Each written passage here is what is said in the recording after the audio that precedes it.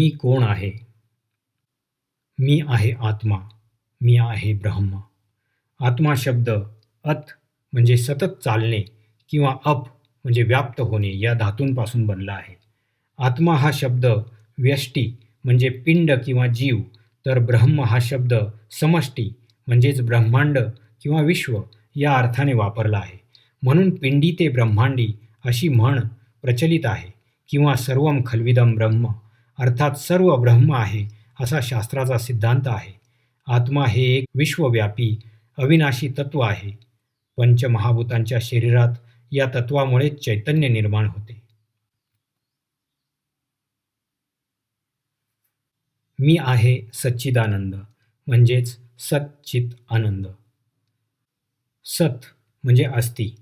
जागृत, स्वप्न आणि सुषुप्ती या तिन्ही अवस्थांत तसेच भूत, भविष्य आणि वर्तमान या तिन्ही काळात मी आत्मा आहे म्हणून मी सत आहे. चित म्हणजे भाती. जागृत, स्वप्न आणि सुषुप्ती या तिन्ही अवस्थात मी आत्मा जाणतो म्हणून मी चित आहे.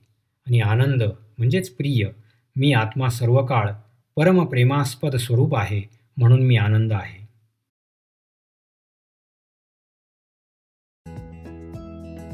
या विभागातील मजकूर सुनील खांड बहाले लिखित को हम मी कोण या ग्रंथातून घेण्यात आलेला आहे.